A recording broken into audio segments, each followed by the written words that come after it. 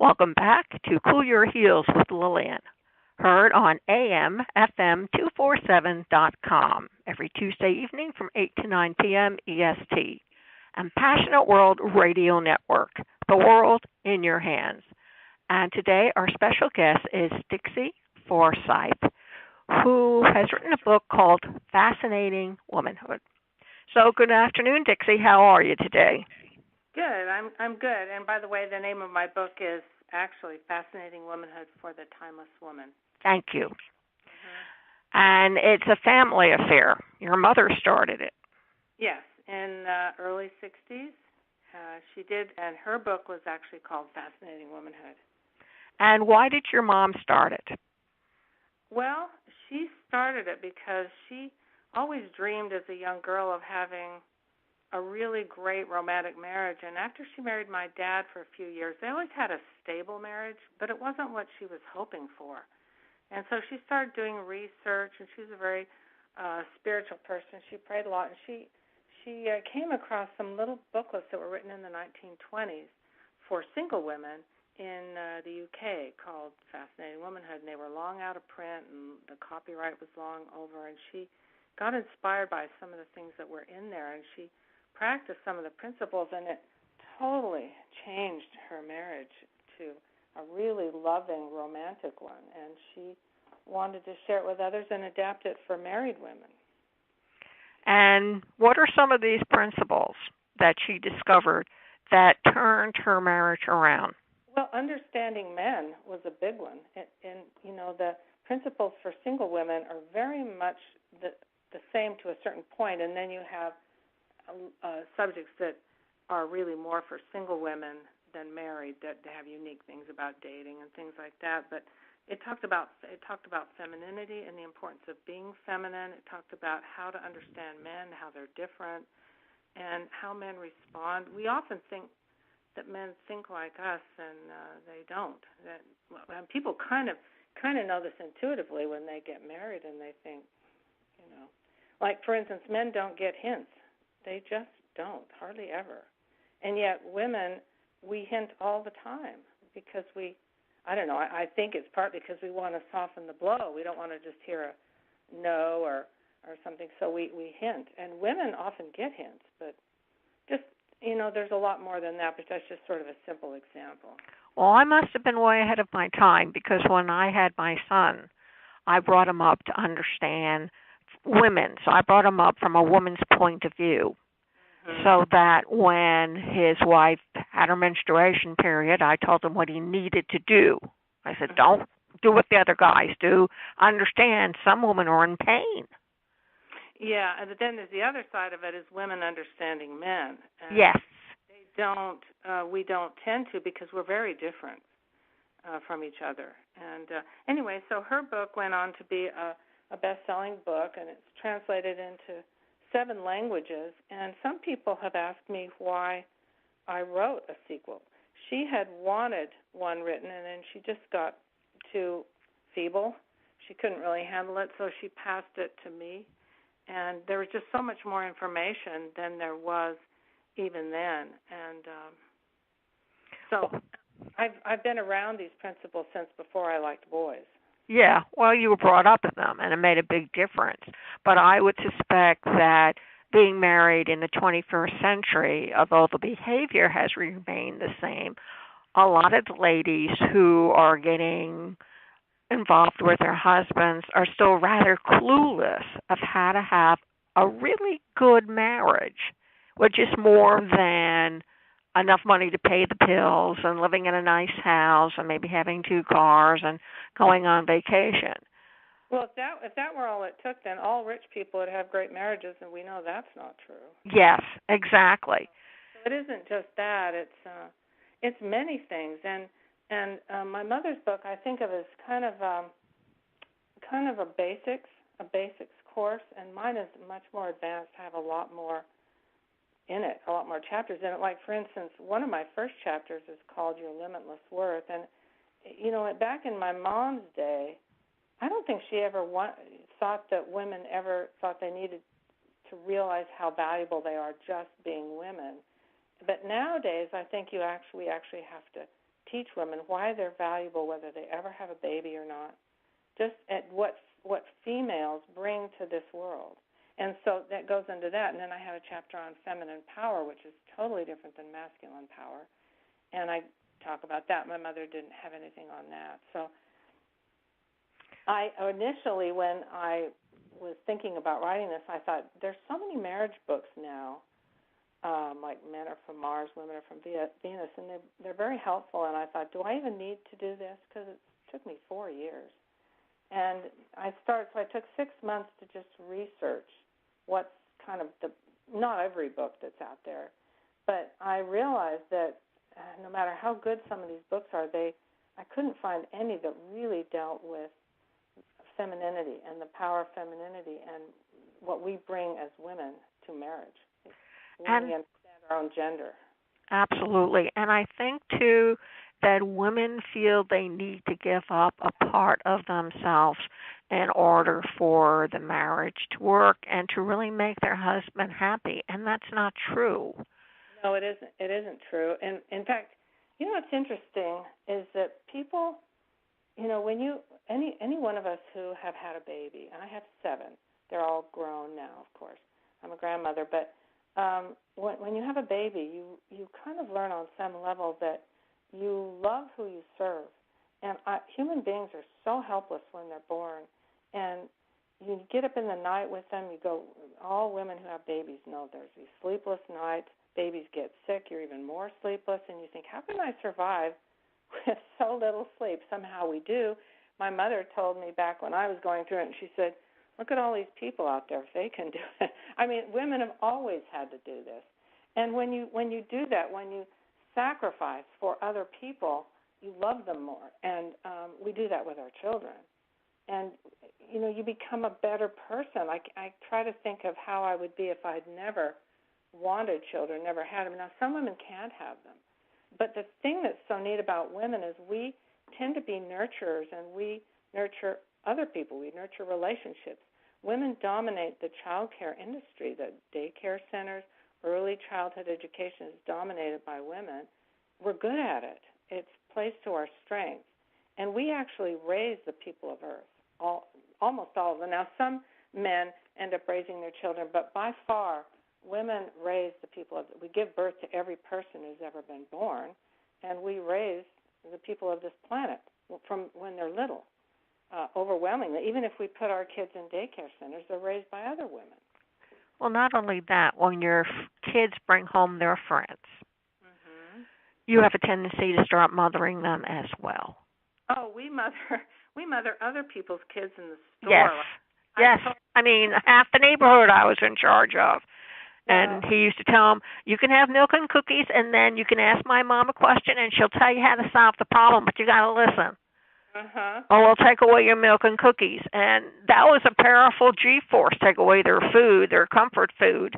So they would sit there munching on their cookies and listening to me, asking questions that they didn't feel that they could ask their own parents.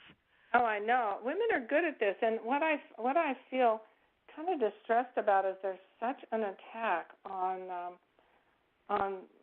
masculinity and femininity, and it's all around the world. It isn't just in this country; it's everywhere. We have a teaching program in Fascinating Womanhood, and some of the women that we have are Muslim, and they'll say it's getting so bad in our culture. I feel like I have to do something because this whole business about toxic masculinity is really an attack on masculinity, because I think it's just bad behavior. It has nothing to do with masculinity or anything. It's just bad people. And it doesn't have anything to do with whether they're masculine or not, because there's still wonderful men out there that are chivalrous. But if chivalrous dies, it's because we no longer, as women, want it. Yes. And most of us do. And a lot of them do. I brought up my son to open doors, to hold out chairs, hold up coats, carry packages. I mean, his wife adores me for bringing him up that way. She says, out of all our friends, we're the only ones that are still married. And I said, well, I told my son that marriage is just not about hopping into bed. Well, in fact... I said, there's a lot more to it than that.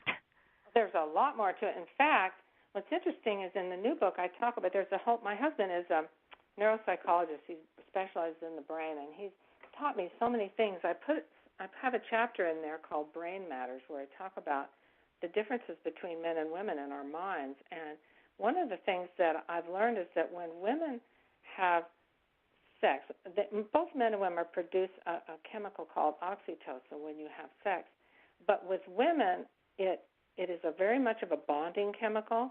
So when we jump into bed with guys as a reward for a nice date, we tend to get more attached to them quicker than they do, and their testosterone, their greater testosterone levels, it kind of blocks the oxytocin, even though they feel it. And so that's why more men, unless they're really character-driven, can leave the relationship, and they often will run away if they can run fast enough. So women giving their body to somebody before you're actually committed to them is very dangerous, especially for women. We're the ones with the broken hearts, the unwanted pregnancies, and everything else that goes along with it. And so we've been sold this idea from when I was young of because of birth control, it puts us on the same quote unquote freedom level with men to have casual sex. Sex is not casual; it's a big deal. It's an emotional thing. When my kid was around his teens, he was more than capable of producing a child should he want. And I said, if you're not ready to handle an emotional attachment, don't get started. And I said, for a teen who has enough trouble dealing with little things emotionally, I can't see where going to bed with a girl is going to really be good for either one of you. Yeah, and then my new book, my mother's book does too, but I get into more depth on understanding men. The whole middle section is understanding men. The first section is reclaiming femininity. The second section is inspiring masculinity, because women have the ability to inspire their men to be more masculine, and masculine in a good way. And we're talking about good men, not sociopaths and those kind of people. Yeah. And the third section is on creating a lifelong love affair in your marriage, and then in there is a chapter to single women. So I've combined both my mother's book for married women and for singles in one with much more information. It's really quite different than hers. So, and I know it's going to be controversial, but that's just the way it is. I think, though, for a really good marriage to succeed in the 21st century or the 22nd century, there's a lot of trust and a lot of 100% commitment to each other. That's right, and that's the part that I talk about in character. I mean, if you have people with no character, nothing's going to work. But if you have if you're married to a basically good man who wants to have a family and all that, women in our book we talk about women are the gatekeepers of civilization, and that's because women are the ones who are the gatekeepers of procreation. There was a study my husband told me about that was done recently on campuses. How they get funding for some of these things is I wonder about, but they had some women go around on these campuses to see how long it would take to get a stranger, a guy, to agree to have sex with them. And do you know what it was? 30 seconds. Yeah, because the women are attracted to good looks. No, it was the women who were doing this. Oh, okay. Who were part of the experiment, that were doing the experiment, going to guys who didn't know anything about it to see how long it would take the guys to agree to have sex with them. It took 30 seconds. Now, they tried it in reverse and had nice-looking guys go and try to get women to sleep with them, and they said, no, I don't know you. It was much harder to get women to sleep with a man they did not know for no reason.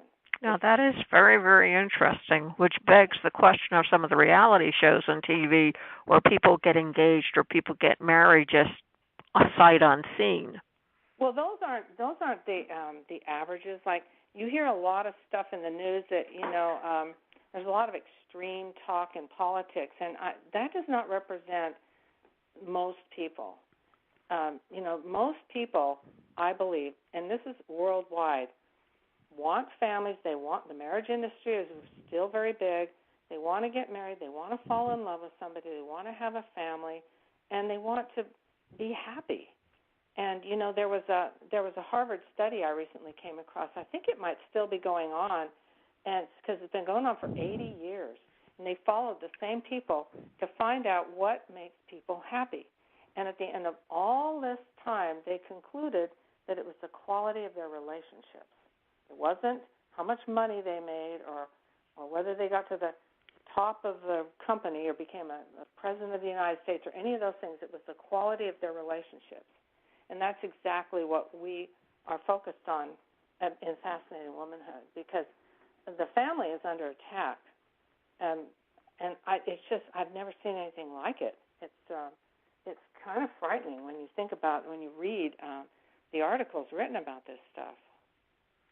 Well, I think there's a lot of things out there that are aimed or targeted to break up the family in quiet ways, so insidious ways, if you want to put it that way, where it happens before you really know that you're under attack.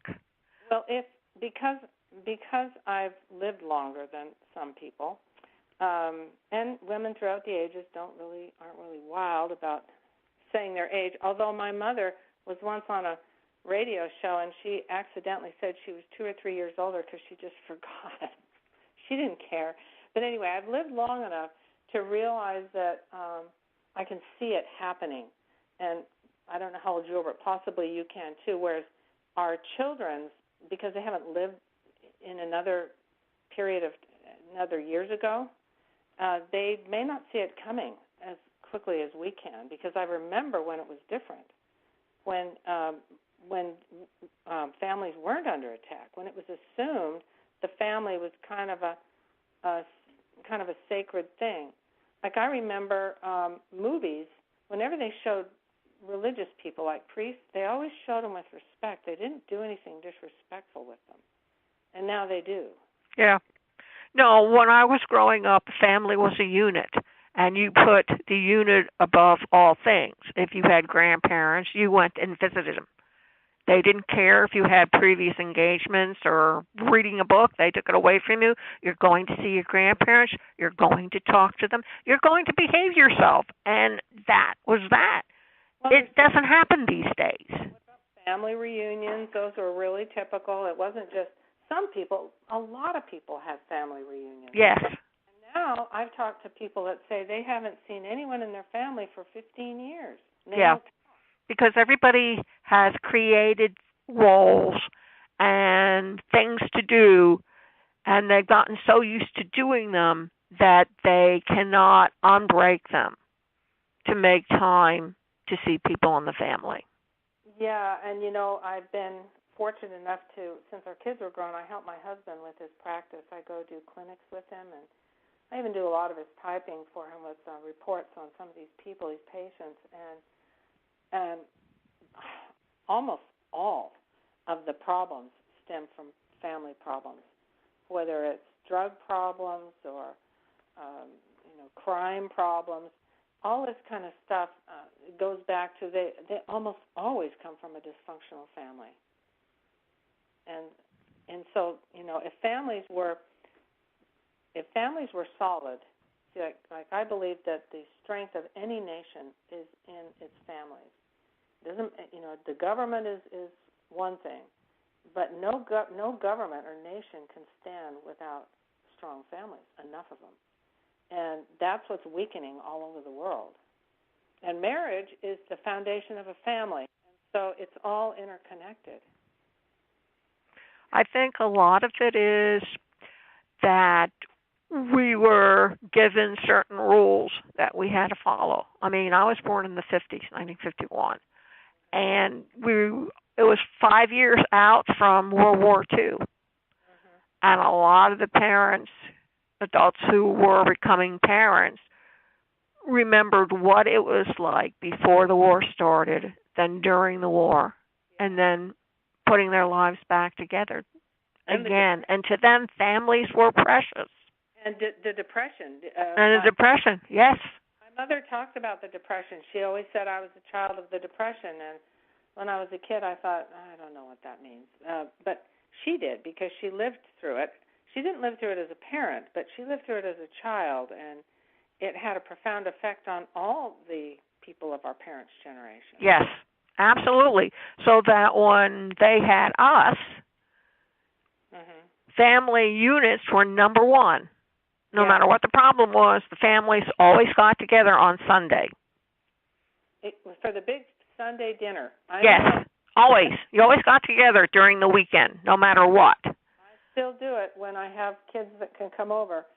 They don't all live around here where I do, but the ones that do, I always invite them over, and if they can come, they come. It's just a big thing, and then I see these either dysfunctional families or broken up families or things like that, and the reason I wrote this book is because it is just so needed, and so that's why I did. Well, I think that it's a good idea to have a book like this because there really isn't anything out there to let women know they're really okay the way they are. And the rest of society is the ones that are at fault. I write books for tweens, 8 years to 14, and the girls, I write for the girls. And I tell them bluntly, you're just fine the way you are, whoever you are. Own it. Yeah, and you know what? A lot of women nowadays, girls, they don't know. Like I had a woman tell me once. She called me. We were talking about my book, and she said, "Well, isn't the definition of femininity manipulation?" And I said, "No." You know, so some people don't even know what that word means. No, because it's never really been applied to them. But more importantly, nobody has ever spoken to them about it.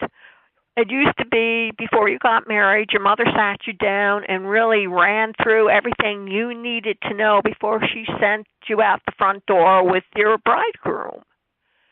They don't do that anymore. Well, it's actually kind of the opposite. There's a lot of people that are afraid because of the extreme feminist movement that it's sexist. Yeah. To be feminine or even to be masculine. So what's happening is men are kind of confused, and so are a lot of women.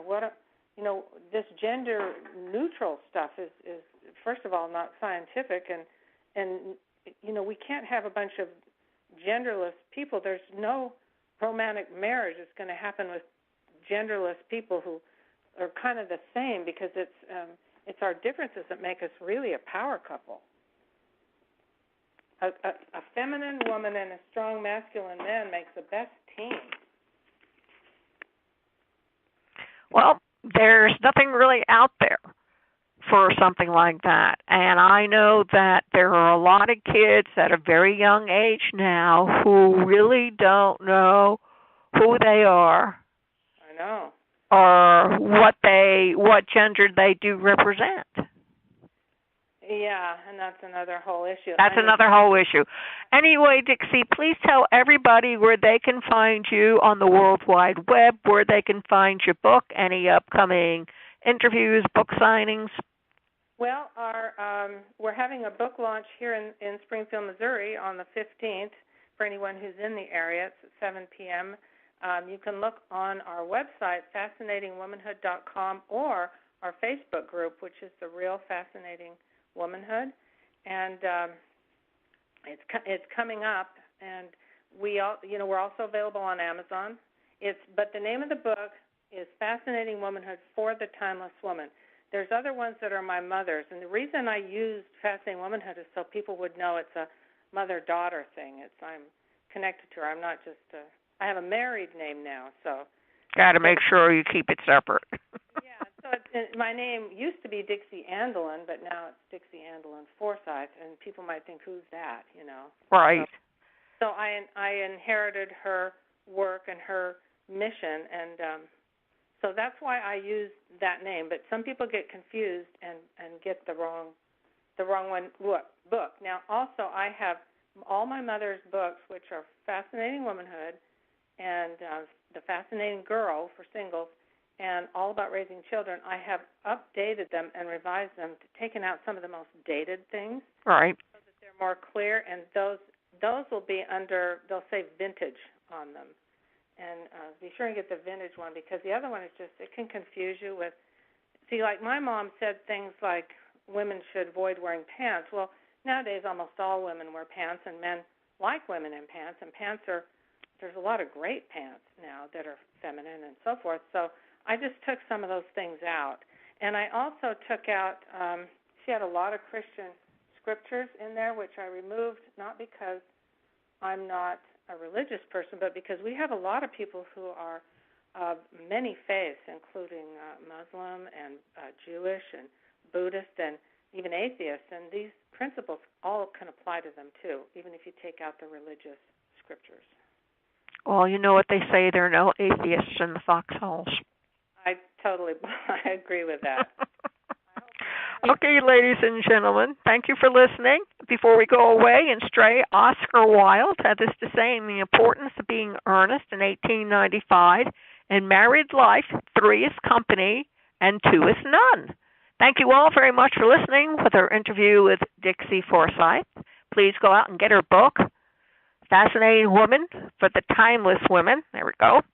And you can hear this all over again on Tuesday evening on AMFM247.com from 8 to 9 p.m. Eastern Standard Time. And you can also find it at https://passionateworldradionetwork.com, as well as youtube.com/PWR Network, facebook.com/Passionate World Radio, and /PWR Network LLC on Google+, on iHeartRadio, iTunes, all the places you expect to find it.